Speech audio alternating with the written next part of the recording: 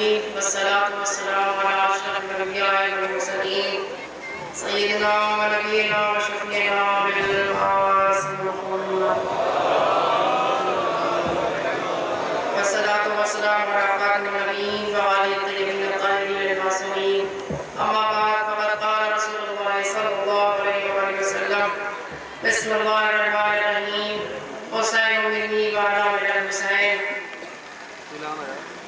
عزیزان گرامی، میرے بھائیوں، میرے دوستوں، آج ہم جس شخصیت کے بارے میں جاننے کے لیے اور بتانے کے لیے یہاں بیٹھے ہیں اس کا نام حسین علیہ السلام ہے، اور پوری دنیا یہ جانتی ہے، تمام مسلمان یہ جانتے ہیں کہ حسین علیہ السلام آخری نبی کے نواسے تھے، اور اسی رسول نے یہ پیغام دیا، یہ ارشاد فرمایا کہ حسین مجھ سے ہے اور میں حسین سے ہوں.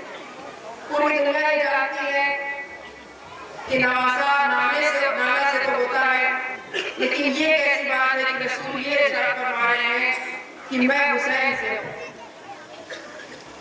اس لیے کہ امام حسین علیہ السلام نے اس پیغام کو، اس مقصد کو باقی رکھنے کے لیے، بچانے کے لیے اپنا سب کچھ لٹا دیا. اور ہم جو یہاں بیٹھے ہیں اس کا مقصد صرف اور صرف یہ ہے کہ آج پوری دنیا کے بچے یہ جانتے ہیں اور انہیں بچپن میں یہ بتایا جاتا ہے کہ دیکھو، دوست وہی ہوتا ہے جو تمہاری مصیبت میں ساتھ دے. اگر دوست کا تمہیں پتہ لگانا ہے کہ سچا دوست کون ہے، سچا چاہنے والا کون ہے، تو بیٹا کبھی خوشی میں نہ دیکھنا کہ کون تمہارا ساتھ دے رہا ہے، یہ دیکھنا کہ کون مصیبت میں تمہارا ساتھ دے رہا ہے. اور انگلش میں ایک کہاوت بڑی مشہور ہے، A friend in need is a friend indeed. دوست وہی ہوتا ہے جو مصیبت میں ساتھ دے رہا ہے.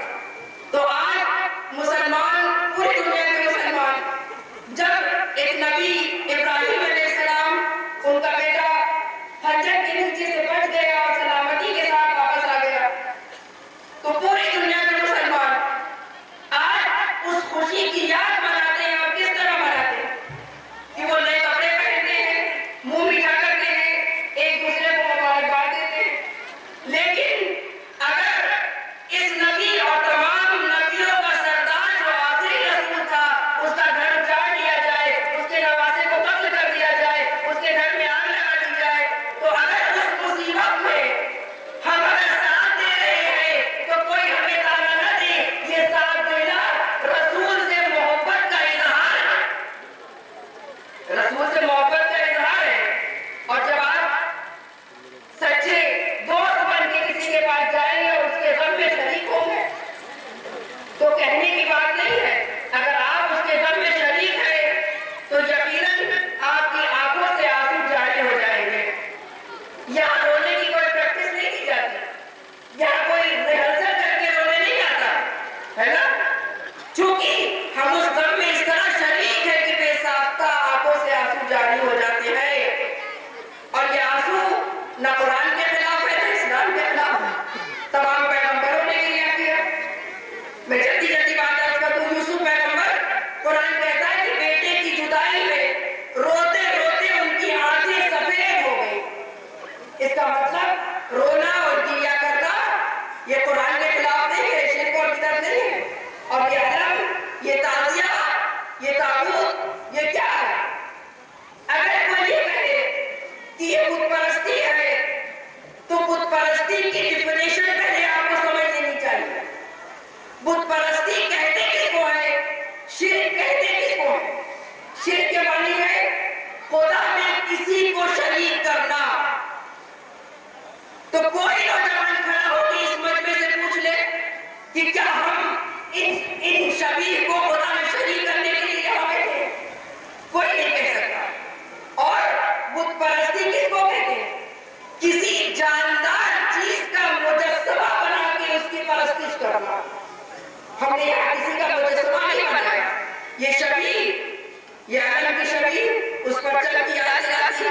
یہ تو ذرا اس زمانے کی یاد دلاتی ہے.